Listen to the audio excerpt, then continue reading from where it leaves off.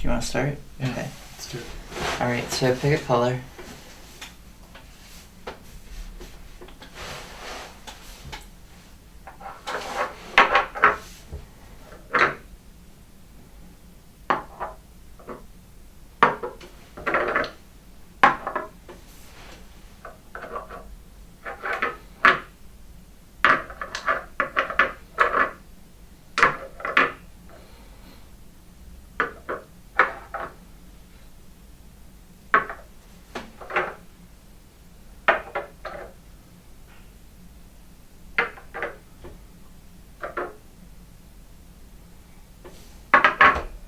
Probably this one. So Alec has chosen number 933 Chameleon by Revlon.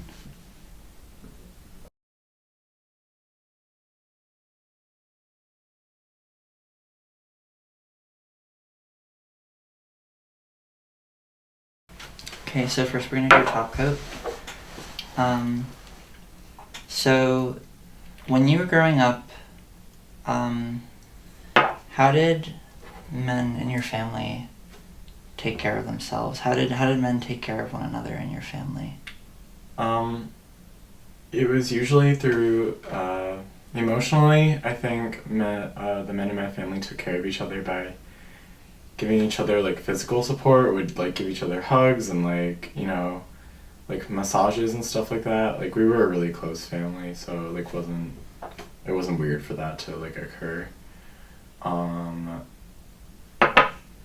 We were just like really like touchy feely kind of. And the guys I think just took care of themselves by like just in very general average ways, like getting a haircut and stuff like that, and like so that's pretty much how that went. So you would say growing up there was a lot of physicality between the men in your family? Yeah. That it was okay to be sort of physically intimate? Yeah.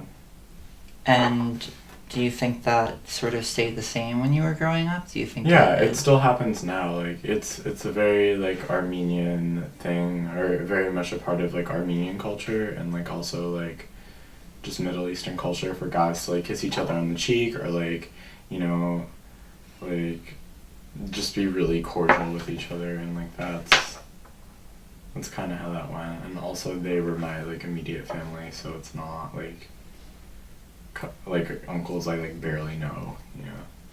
So as you were growing up, do you think that image, or rather this behavior in your family, do you think that continued in the real world? Or rather, not the real world, but the world outside of your family?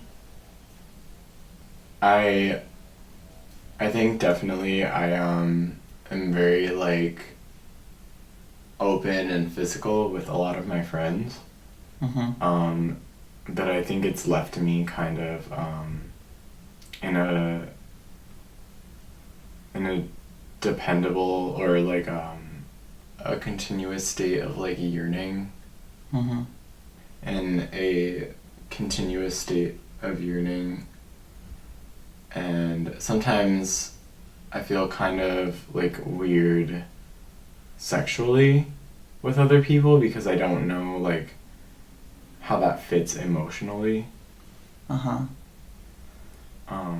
Stuff like that, I don't know. So, outside of your family and outside of sexual relationships, how do you think sort of intimacy and self-care with other men has sort of taken place where, like your male friends or seeing other friends who are male, how do you think sort of physical intimacy took place, or how it was regarded? I think it was always, for me it was always like I always wanted maybe a little bit more from my guy friends growing up, especially. I always felt like I think they always felt I was being really clingy or really like emotional about the relationship, when really it was supposed to be like a standard guy relationship where things are very detached and very much about the physical, but completely lacking in the emotional. Mm-hmm. And that's something I definitely got from the guys in my family, so it probably crossed over poorly into the How do you think it crossed over not family poorly? world. I think I just like expect a lot from like my guy friends and stuff, and like I'm like always really over concerned about my guy friends, and I'm like, I'll take care of you, like I want to take care of you, I want to be the one who will, I like give myself away to like, lots of guys because I feel like they'll reciprocate, but they usually like don't. So, have you ever experienced any, because you say that you think this sort of physical intimacy between men in a more platonic sense, that's sort of the standard in your family and in your culture. Mm-hmm. Have you ever experienced any kind of backlash or anything? Has anything negative ever happened to you as a result of that in the real world? I think it wasn't like immediate backlash where like, fights would happen, but guys would just sort of like hang out with me less and less, and like it was more like, I was just considered weirder and weirder as time went on throughout school because I was just so like, on and inviting. Mm-hmm. And so like, I remember once in elementary school, some kid was like, we were friends for a while, and finally one day, we had been hanging out like a lot, like every day. He was like, yo dude, just like give me some space, because I tried to talk to him one time during like gym or something, but yeah, I think it's just definitely like strained a lot of like male relationships. Like Mm-hmm. I know that like my dad, like he's very much about like love through objects and through like giving physical things instead of like showing emotional or like, he shows like physical love and is really physical about the way he is loving, but it's like he lacks on the emotional sometimes. Mm-hmm. And so like maybe I guess I just expected too much from guys overall, because like he was just very lacking on that. But I mean that's like dads in general. I feel like a lot of dads can always be really like lacking in that department, but like maybe some people it isn't, but like I'm not sure. So you think this is a social thing that... I think this is definitely like another construct that men can't be like romantic with each other, or like sacrifice their energy or emotional energy for one another. Uh-huh. Or it like comes out differently and in like in not as, or like not as strong of ways as women, or as like as most people I guess would hope for. So do you think growing up that, did your parents encourage you to do things like, did they encourage you to play sports and be sort of like rough and physically active Yes. in the world? Yeah. What kind of stuff were you encouraged to do, or did I was you do? encouraged to participate in sports in my school. I was a part of the cross country team because we were required to do a sport. Uh-huh. And we were required to do a sport, and my parents I would always skip. And when they found out, they'd be like, why can't you just be a team player? Like, why can't you just be cordial with your teammates? Like, team, like, men getting together, running or something. I mean, it was a co-ed team, but it was like, I just didn't feel a part of it because it was very much dominated by the competitive sides of men, and I just didn't fit that. So you feel that you feel like there was a sense of sort of community almost, or a sort of intimacy in that you were sharing a team and that you had to participate and be with these other people, but at the same time... Well, I didn't feel that intimacy or that team like quality. I don't know if I told you, I always skipped and I always was really bad at it, so but I just never wanted to move forward or get cordial with my team to push me to move forward. But in your parents sort of pushing you to do it, yeah, do you think it was like... Well, I never ended up doing it. Like, they would push me, but I never... Yeah. It was not... Like, but do you feel the precedent was there then? Yes. Well, they always wanted... I feel like they always wanted me to, like, go on to do sports and, like, go to all my sports games, yet I never had any and would participate in art stuff and, like, always do really alternative stuff despite what they wanted. Mm-hmm. They always wanted me to, like, get involved in every club on campus, and, you know, I tried that, and it, like... you know, fucking sucked, so I was like, I don't really want to do any of this, like, you know, I feel like it's still just totally faulty and not fun, and, like, they just really wanted me to do, like, they just wanted me to, like, be, like, a regular kid, I think, or a regular normal guy, or what the societal definition of a normal guy is. So, as sort of like now as you're coming into adulthood, and being in school and sort of being out in the world for a while, do you think your personal sort of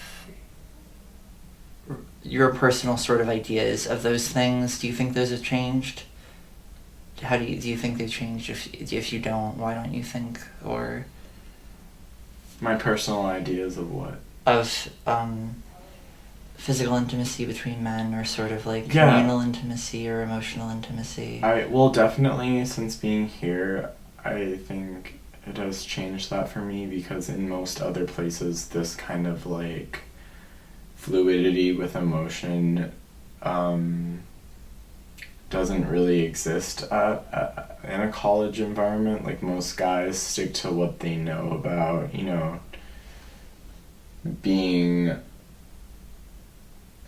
sticking with other guys, but, you know, as like a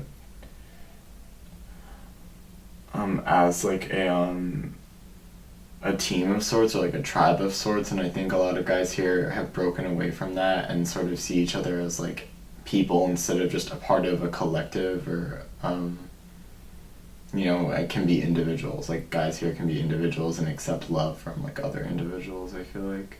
Not all guys, but... So, not all guys, then who do you think is not involved in or participating in that? Whether they're being excluded or choosing not to, who do you think is not involved in that?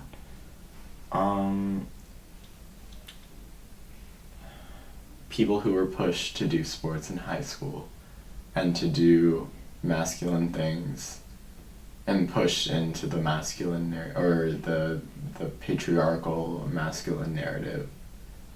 It's hard for them, and it's hard for them to feel comfortable around so many people who are about femininity and practice feminine,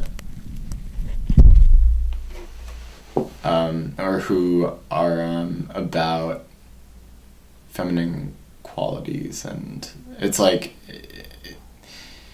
to them it's almost like changing genders, sort of. It's like taking on a new identity that they haven't explored ever in their lives, and so I can see how it would be hard. So you're saying, based on your experiences, you think intimacy is directly a feminine quality, or intimacy is a directly feminine phenomenon? Whether or not it's happening between men or women, just the nature of it you think is societally a feminine thing? I think, well, definitely society has overblown it to be this like solely feminine thing, but I think it can also be a masculine thing, but it's not. I feel like the warmth that you get from masculine love isn't like the warmth that maybe you would get from feminine love, but there are definitely exceptions on either end, of course. And that's just like how I feel about that. How do you take care of yourself? Honestly,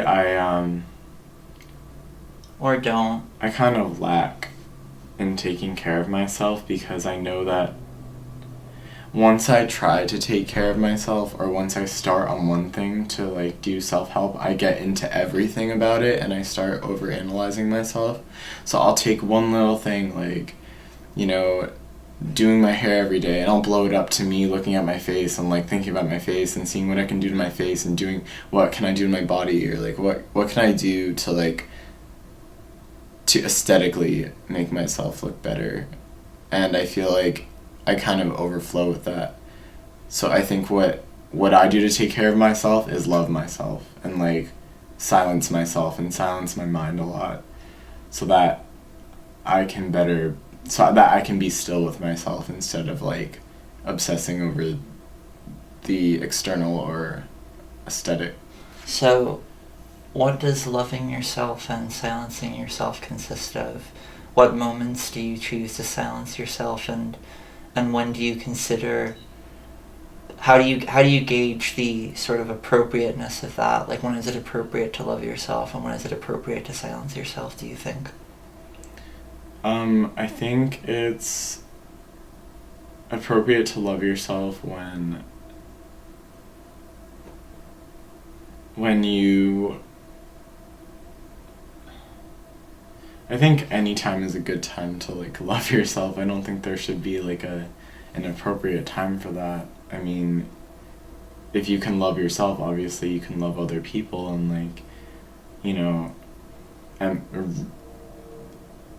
give empathy to others because you can love yourself. So I think any time would be a good time, but there's no shouldn't be a set time for that. It should just be like a practice. It should be like a mental practice, whether it's just creating silence in your head amongst all the chatter that tells you that you can't, or that you're not good enough, or that you need to pluck your eyebrows, or you need to fix your lips and your hair and everything. That should be silenced, and that silence is self-love. For me, at least. So, the things you just mentioned, environmentalism and meditation, those are both sort of part of people interacting with the larger world, whether it's through taking care of it, or meditation being sort of like a person tapping into some kind of greater consciousness.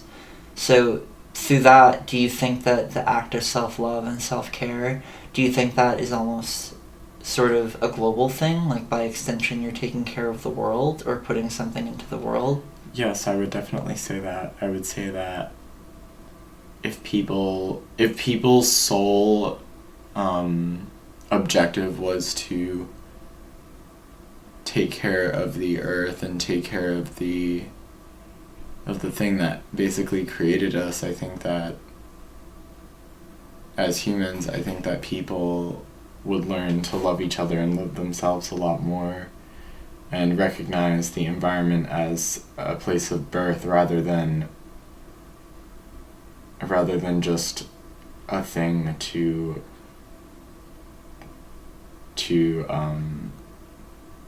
use, and like rather than a tool, but more so as like a living, breathing thing. Mm-hmm. Much in the same way that you and I are living, breathing things. Right. Okay. How do you identify in terms of gender and sexuality? I think very much... I think a long time ago it was always he, him, and it was a very he, him environment for me, but since being here and being like being able to let go of that label. I've been able to let go of like the all the negativity that frequently comes with he, him.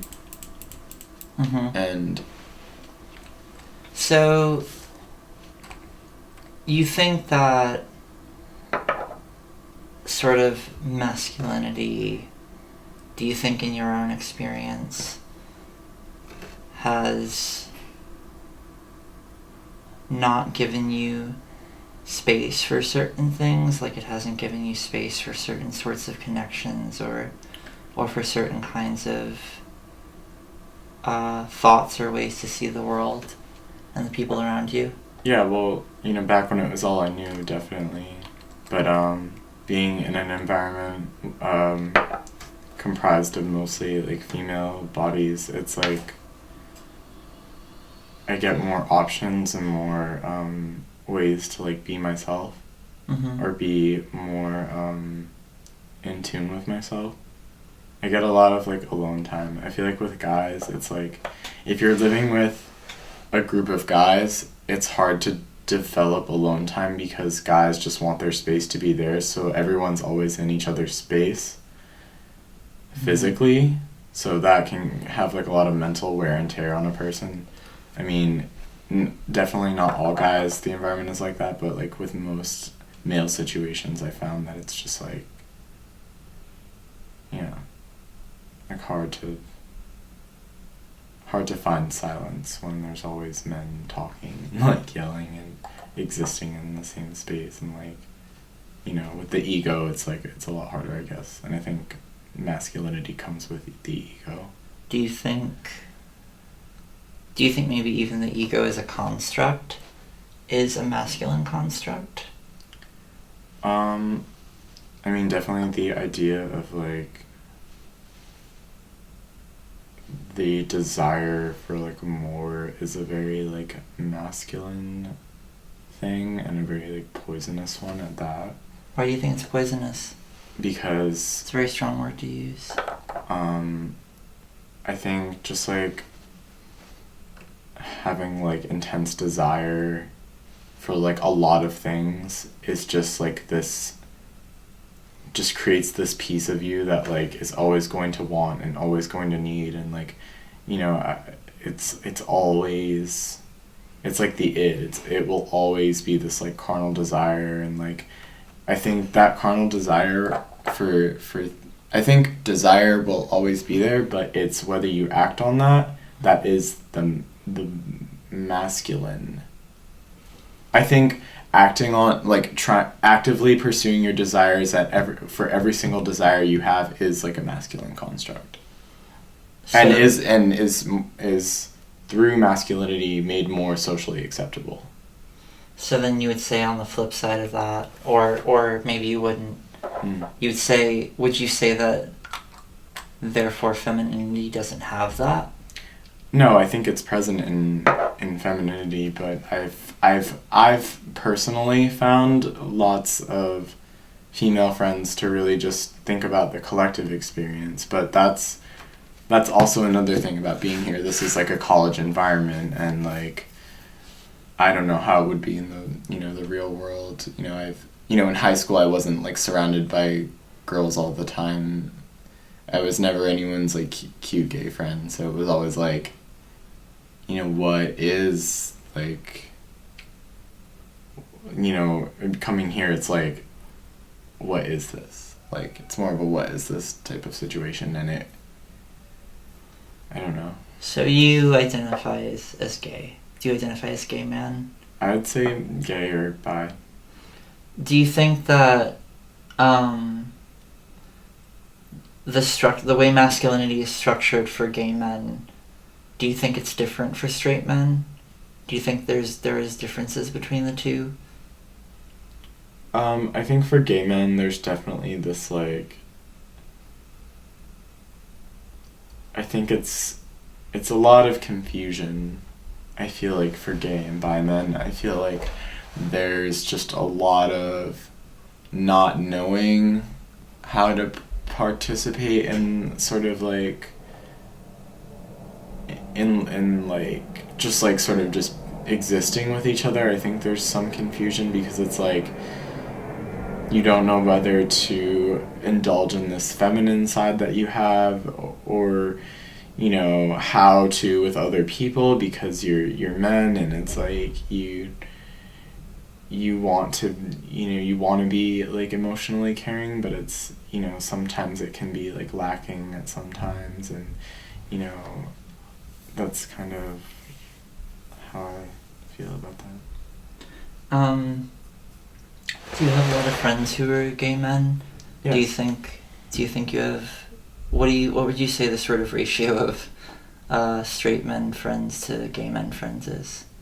A while ago it was only very many straight men, but I feel like it's more so gay men now, like mostly gay men.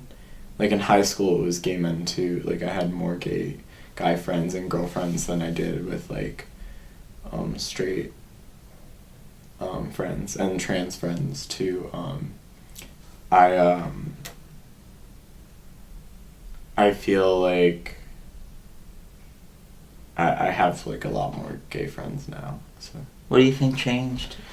Well, also I'm older, and we're all older now, so we can sort of just deal with like being affectionate and open about our emotions with each other, because it's like we've all been through like puberty, and we've all been through like great like physical changes, so like it's time for like emotional changes to take place, and like so it's kind of like we're allowed to do that more so now. Would you say that was emotional maturity ever talked about when you were growing up? Did people ever recognize sort of whether or not you were emotionally mature? I think when I was a kid, people would always tell my parents that I'm especially emotionally mature for my age, because I was always really confident and really outgoing and talkative as a child. Like I didn't really like have any like qualms about socialization, especially with like older people. Like I just saw them as people. Like I was very much like just very into like talking, being talkative when I was younger, and that's and also just like not to like be boastful, that's just like I was just like really advanced like as a kid and communication and stuff like that. And do you think other boys were at the same level of emotional maturity as you, or not? Rarely, because I remember being in elementary school and trying to connect with guy friends and it not working, and I would try to connect with this one kid who would get pissy and angry, like,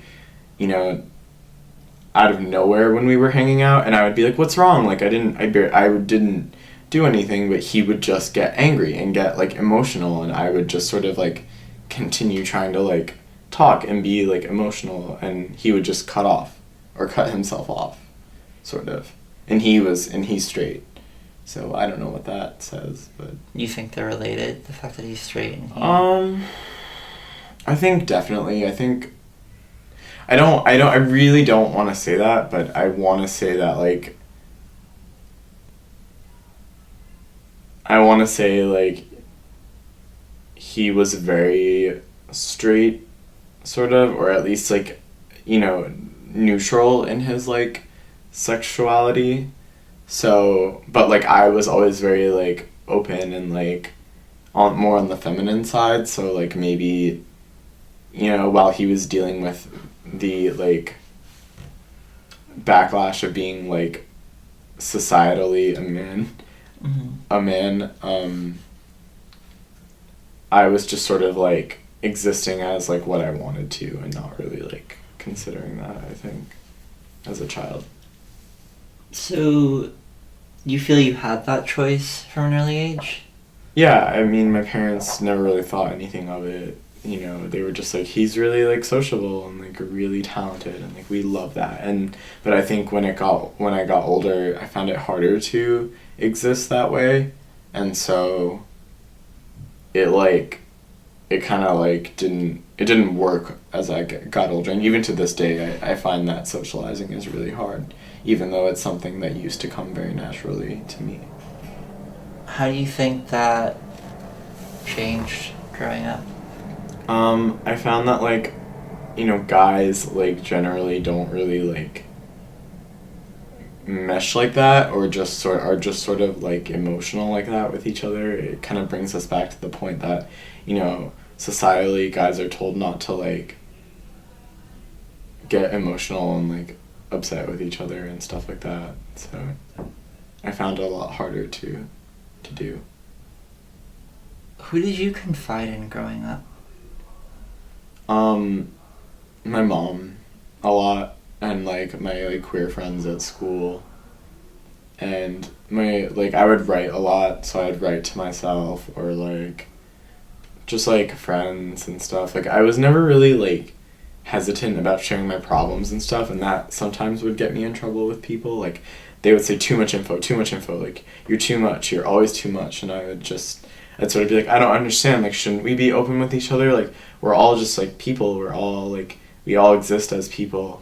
And then I've come to later find out that obviously like people are different, and like I was treated different. Like I know people who are even more different, and it's like different from societal norms, and so I think I know what it means to be like too much or too like open now.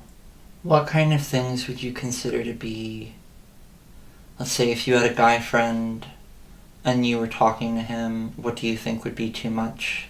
I think talking like about like sexual problems mixed with like emotional ones. All the guy friends that I've had who I've talked about sex stuff with have always, or straight guy friends who I've talked about sex stuff with have been like, stop talking about that, that's weird. And they can be the most liberal, I don't give a fuck, they can be the most liberal, like, boba tea drinking, like, quinoa kale, I don't give a fuck, like, kind of guy, but at the end of the day, they're still grossed out by, like, what I do in bed, because it's not what they do in bed, and they think what they do is, like, the most natural.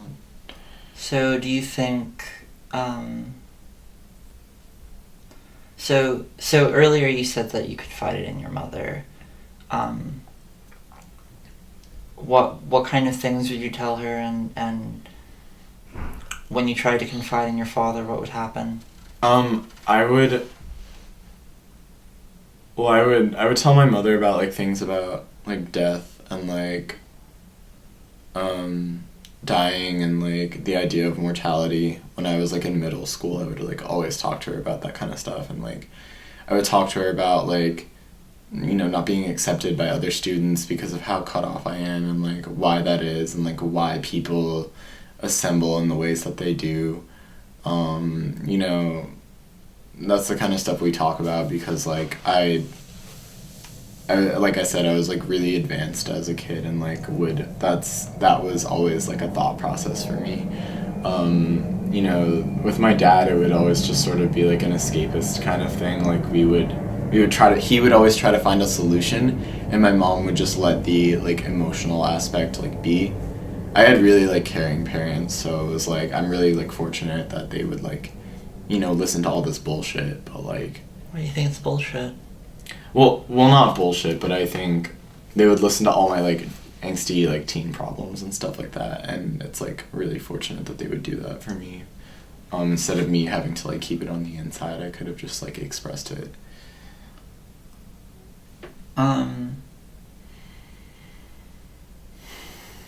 So when you sort of, going back to, I guess, these ideas of self-care, when you do take care of yourself, or when you do think that when you do something and you're doing it for yourself, do you actively question that? Do you ever question whether or not you're doing things for yourself or for other people? I think I have a problem where I can't enjoy things unless I'm doing them for other people, or like giving something to someone else. Like I'm such like a server, and I'm so subservient to people that like I can't just like do things for myself and just be like totally content with like consumption and like doing something, like, even when I'm just relaxing, like, I can't, like, if I was getting pampered in a spa, I would think about the eco footprint that the spa puts out, I just can't, like, I can't stop with, like, this, this, like, manic empathy that I have, like, it just, like, is continuous and, like, everlasting, and it's such, like, a force. And do you think that force has anything to do with your sort of socialization as a man growing up? I think definitely the rate at which it comes is definitely, like, a masculine trait, because, I feel like it's sort of like this, it almost turns into self-hate when I care about other things, because at the rate at which I do it. So it can very much maybe seem like a masculine thing because of its energy and force, which is another thing I can sometimes associate with, like, intense masculinity or masculine environments. I mean, that kind of force and energy also exists in feminine environments, but I think the rate at which it happens for me is just this part of me that can't, like, calm down or be, like, feminine. What would you say are masculine and feminine environments? What places do you feel... Are there any places where you feel your masculinity more acutely or feel your femininity more acutely? Or where does that happen for you?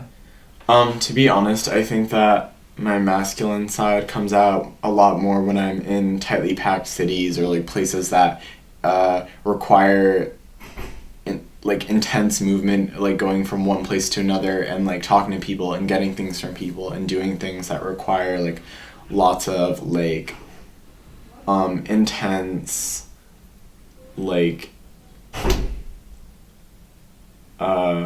movement and, like, consumption, I think. And when I feel the most feminine, I feel silenced and alone in, like, natural or nature environments, like, when I'm, like, in the woods, or, like, in a ecologically lush environment. I feel like that side is tapped into a little bit more. Or like when I'm, like, with my girlfriends, I feel like I feel a little more feminine.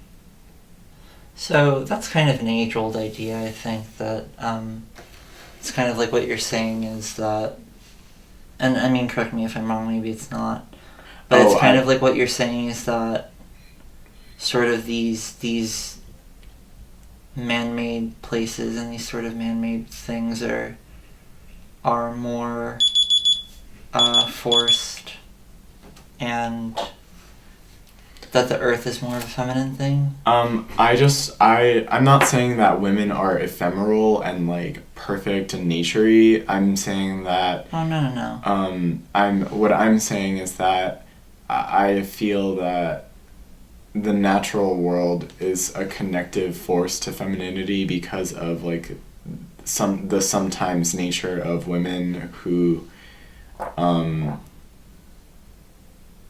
of being, like, reproductive and, like, having that, like, reproductive part. I'm not saying that's the only thing that, like, women do, obviously, lots of women don't have kids, but I'm saying that just the nature of, like, of femininity is, like, this, like, birth, or, like, not, like, birth, but, like, just, like ecological, like, environmental thing. I know, I'm not really sure, but I think when I think of, like, whole cities and, like when I think of, like, New York City, I think of, like, an empire, and I think of, like, men, like, conquering to build that and, like, control it, and I think of, like, lots of just control and controlling things when I think of, like, masculine, like, environments. But so then, do you feel growing up, do you feel like do you think men controlled things in your life?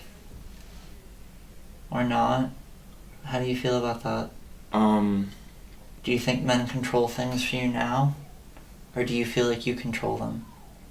I feel like emotionally I control things now instead of like me trying to bend myself into like a more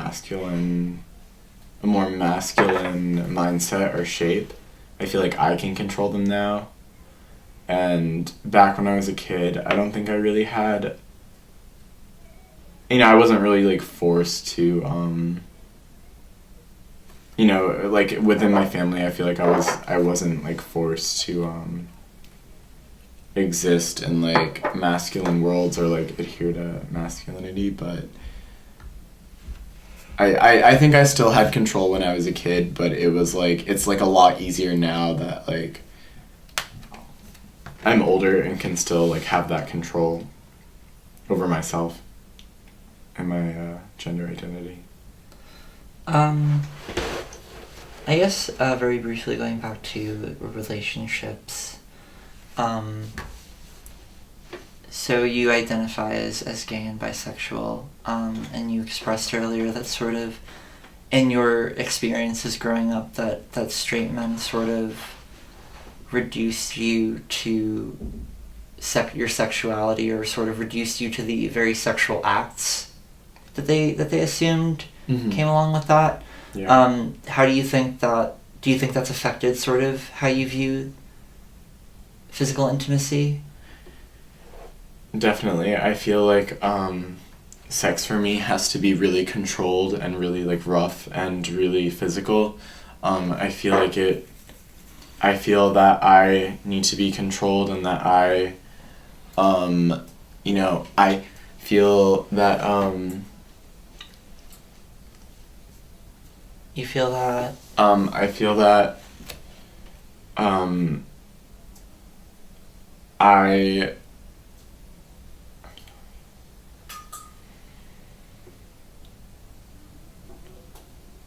you feel that you I'm sorry. okay, stop the camera. Stop the camera. Stop the camera and kill it. Okay. Or stop the camera and like get rid of it.